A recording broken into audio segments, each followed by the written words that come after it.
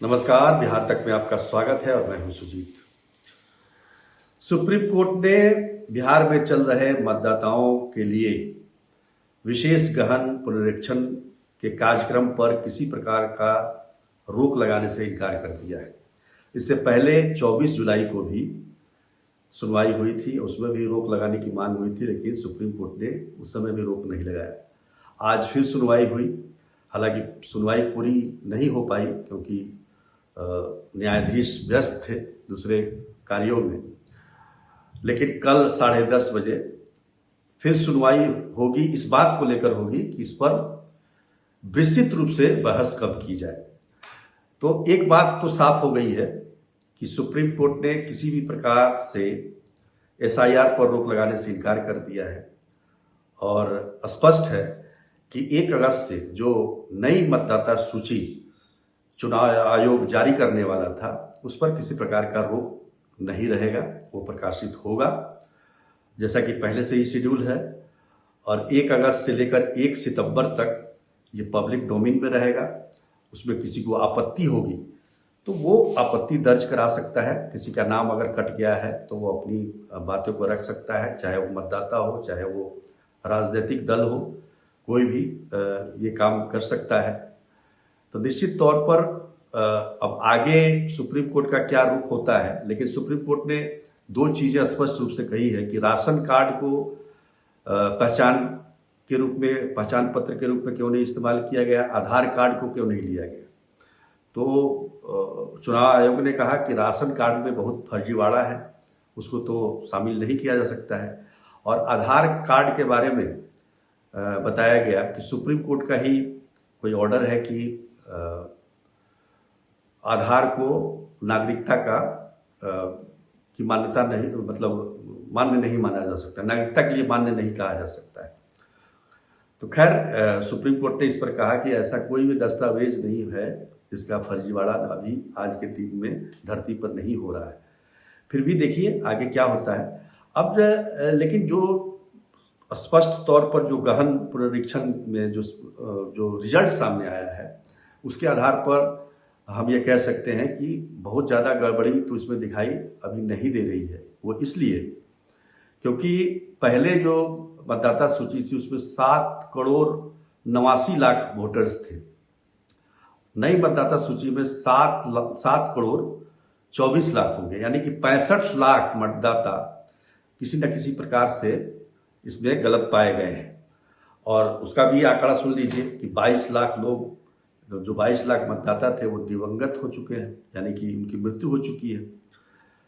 35 लाख के करीब में उनका कोई अता पता नहीं है, यानी कि उन्होंने अपना घर शिफ्ट कर लिया, वो पलायन कर गए हैं। उनका जहाँ पहले घर था वहाँ आज नहीं है, उनके बारे में कोई बताने वाला भी नहीं है, यानी कि उन्होंने अपना घर छोड़ के कहीं और अपना बसेरा बना लिया, तो उनका भी कोई अता पता नहीं है। 7 लाख लोग ऐसे थे जिनका 2 जगहों पर नाम था, तो उसमें भी कटौती हुई है। उसमें भी लोग जिनका 2 जगह था उन्होंने एक जगह से अपना नाम कटवाया है और एक ही जगह अपना नाम रखा है। तो कुल मिलाकर 65 लाख ऐसे वोटर को वोटर लिस्ट से बाहर किया गया। फिर भी कोई छूट गया है तो उसके लिए फॉर्म 6 भर सकता है और फॉर्म 6 भर के फिर से वो मतदाता सूची में शामिल हो सकता है। इसके लिए 1 महीने का समय है।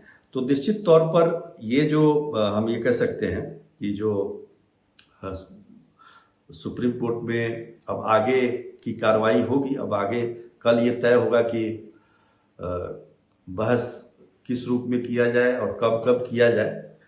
निश्चित तौर पर जो भी एसआईआर के खिलाफ थे, जो भी पॉलिटिकल पार्टी के लोग हों जिन्होंने याचिका दायर की थी, उनको बहुत ज़्यादा इससे खुशी नहीं होगी। वो चाहते थे कि इस पर रोक लगाई जाए और उनको लगता है कहीं ना कहीं कि इसमें वोटरों को बाहर करने का एक ये मतलब एक बहाना है। तो निश्चित तौर पर, लेकिन एक चीज़ इसमें बड़ा आंकड़ा निकल के आया है कि अगर ये 65 लाख वोटर बाहर हो जाते हैं तो बिहार में क्या होगा। 2020 के विधानसभा चुनाव को हम आधार पर रखें तो 243 जो विधानसभा क्षेत्र हैं बिहार में, उसमें आप कहेंगे कि हर एक विधानसभा में 26,000 वोटर औसतन कम हो जाएंगे। 26,000 वोटर। अब ये समझिए कि इतने वोट का अंतर जो पिछले विधानसभा में था, उसमें हम कह सकते हैं कि 189 सीटें ऐसी थी जिसमें 26,000 से कम वोट के अंतर से हार जीत का फैसला हुआ था। 189 मतलब 243 में 11 और 43 मतलब 54 सीटों को छोड़ दें तो बाकी जितनी भी सीटें थी वो 26,000 के नीचे उनका फैसला हुआ था। उसमें भी अगर देखें तो 99 सीटें एनडीए ने जीती थी और 95 सीटें महागठबंधन ने जीती थी। तो ये भी एक आंकड़ा है। वैसे अगर देखा जाए तो इसके अलावा भी एलजेपी और निर्दलीय और बसपा ने 1-1 सीट जीती थी। एआईएमआई ने 2 सीटें जीती थी, इससे कम अंतर।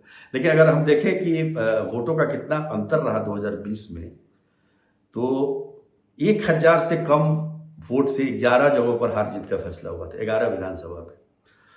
3,000 से कम पर 35, 5,000 से कम वोट पर फैसला 52 सीटों का हुआ था और 10,000 से 83 सीटों पर और 15,000 से कम ऐसी 124 सीटें थी।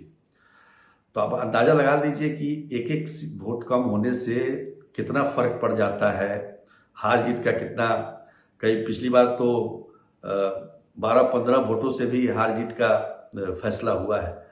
तो ये एक वोट का भी महत्व होता है। एक वोट से भी लोग चुनाव हार जाते हैं निश्चित तौर पर। तो ये तो 26,001 विधानसभा में औसतन वोट कम होंगे, तो जाहिर तौर पर लेकिन एक बात मुझे समझ में नहीं आई कि इतने वर्षों से, मान लीजिए 2003 में रिवीजन हुआ था, उसके बाद से जिसकी भी मृत्यु हुई, दिवंगत हुए, उनको वोटर लिस्ट से नहीं हटाया गया। उनके बदले कौन वोट डाल रहा था? अभी तक वोट डाल रहा होगा जरूर, और जिनका आता पता नहीं है उनका भी इस्तेमाल हो रहा होगा। तो ये जांचेगा कौन? ये तो कोई नहीं जांचेगा इसका। तो इनके वोट से तो विधायक जी 5 साल मजे कर चुके हैं। सांसद महोदय अभी लोकसभा की ठंडी हवा खा रहे हैं। तो खैर, ये रिवीजन जो हो रहा है, निश्चित तौर पर ये इसको हर साल इसी तरह का रिवीजन होना चाहिए, क्योंकि हर 5 वर्ष पर चुनाव होना है। अब इस बीच में न जाने कितने लोग मरते होंगे, कितने लोग पलायन कर जाते होंगे।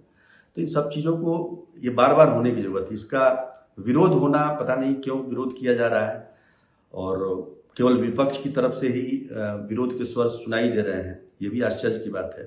अब सुप्रीम कोर्ट इस पर क्या निर्णय लेता है? सुप्रीम कोर्ट चाहे तो पूरी प्रक्रिया को रद्द भी कर सकता है, लेकिन सवाल ये है कि भाई जो भी जेन्युइन अगर है, वोटर अगर हटाएगा वोटर लिस्ट, तो हर बार रिवीजन होने की ज़रूरत है।